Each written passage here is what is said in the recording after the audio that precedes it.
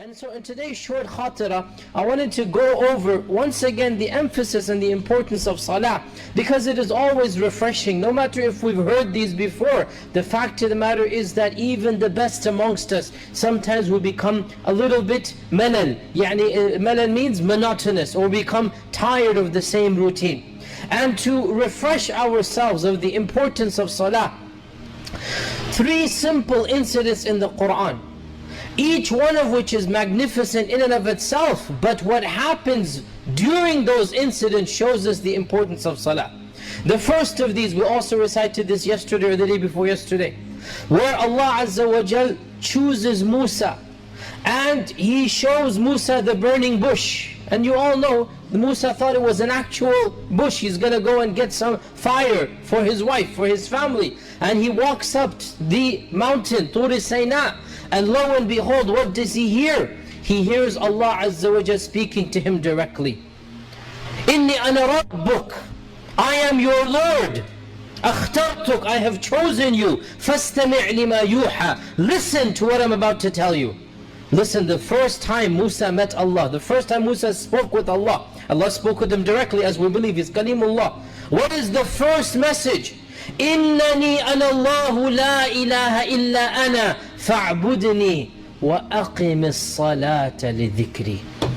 Right then and there, the number 1 commandment. Musa is still a shepherd in Midian. He's wandering in the valley of Midian. Musa doesn't know he's a prophet. Musa doesn't know what's about to happen. Allah Azza wa Jal calls him to Tur Sinai. And the first commandment, know that I am your Lord. إنني أنا ربك. So worship me. فاعبدني. How? وأقم الصلاة لذكري. Make sure that you establish the salah in order to remember me. This was the first commandment to Musa alayhi salam. Our Prophet Muhammad sallallahu alayhi wasallam, we all know that there was only one time in his entire life where he was taken up to a divine audience with Allah subhanahu wa ta'ala, where for a reason that he didn't understand at the time, Allah Azza wa Jal called him up to have a meeting with him, a divine meeting. So important was the message that the messenger himself was called to the presence of the divine. No other commandment in our religion, brothers and sisters, no other commandment was revealed in a manner that the messenger is brought up. No. Every other commandment comes down through Jibreel. The command to fast came down. Or you will believe fasting is prescribed. Jibreel brought it down. The commandment to give zakah, the commandment to do this and do that, the commandment for property and orphans, the commandment for this and that, the whole Quran comes down. There's only one commandment that was so important, the messenger is called up. There's a direct message to be given to you. A message that is so important that you are being granted the one and only time, as we know of, a divine audience. So Abu Dharr said, did you see your Lord? He said, no, I didn't see him. But what happened? He heard him. Allah spoke with him directly.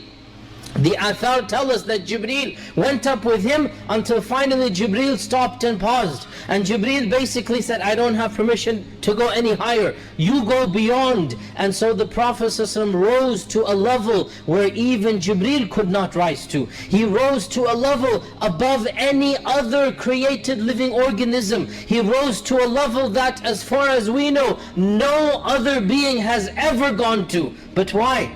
What was the message? What is so important that our Prophet is being granted such an auspicious, such a magnificent, unprecedented, unparalleled audience and access? Even Jibreel says, I don't have the permission. I don't have the pass to go beyond this. And so the Prophet goes so high, he goes, I could hear the pen writing on the Lawh al-Mahfuz. I could hear the pens writing. This is how high he went. فَكَانَ قَابَ قَوْسَيْنِ أَوْ أَدْنَى, according to one interpretation. There are other interpretations of the verse as well. But the point being, the Prophet ﷺ rose to the highest level. And then what did Allah tell him? We all know. What was the commandment? To pray regularly. to pray regularly. And we all know that initially Allah Azza wa Jal said to pray 50 times a day.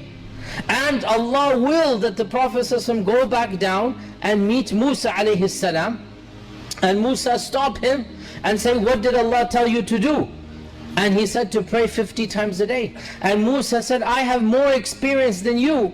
Now Musa alayhi salam, he passed away, and so he has many more decades experience. And the people that he was blessed with are different people than us, and so they tested Musa very differently than our ummah tested the Prophet. So he said, my people have tested me more than your people, and I know people, and I know ummahs, and your ummah cannot pray 50 times a day. So go back to your Lord and ask Him for takhfif, ask Him for making it less. Now, there's a question here.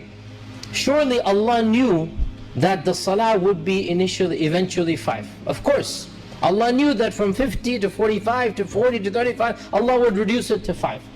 So why go through the whole up and down and up and down? Why go through the whole thing? What's the wisdom behind it?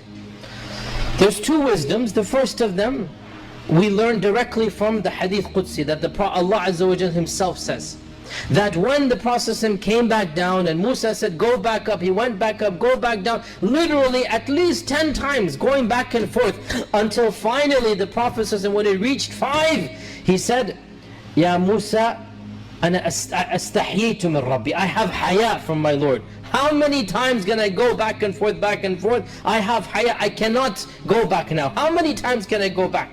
And right when he said this, they both heard Allah's voice, because the both of them are Kalimullah, and the both Allah has spoken to. And Allah Azza wa Jal said that this is my decree, meaning even if you had come, it would not have gone back down. And it's so willed that the Prophet ﷺ, right when Allah's decree was it would be 5, that's when he himself stopped going. This is my decree, it is 5, but it shall be written as 50. This is the first wisdom, meaning people will get the reward of having prayed 50 times a day, even if they pray 5 times a day. People will get the reward of having prayed 50 times a day. It is 5, but it will be counted as 50. This is the first wisdom. And the second wisdom is to demonstrate that we have only been created for the purpose of salah. Because imagine if we had to pray 50 times a day, this literally calculates out to every 23 something minutes. Literally every 20 something minutes we have to go and stand and pray. Imagine, do the math yourself. 50 times a day in a day. If we had to pray, this would literally mean the whole day is just composed of wudu and salah, then do 3-5 minutes of work, wudu and salah. And so there is a spiritual message being given, that وَمَا خَلَقْتُ الْجِنَّ وَالْإِنسَ إِلَّا لِيَعْبُدُونَ, I have only created men and jinn in order to worship me. Your purpose of creation is the salah. And had I legislated it 50, this is why you exist. But in order to make it easy for you, I have reduced it to 5, and you shall get the reward of 50.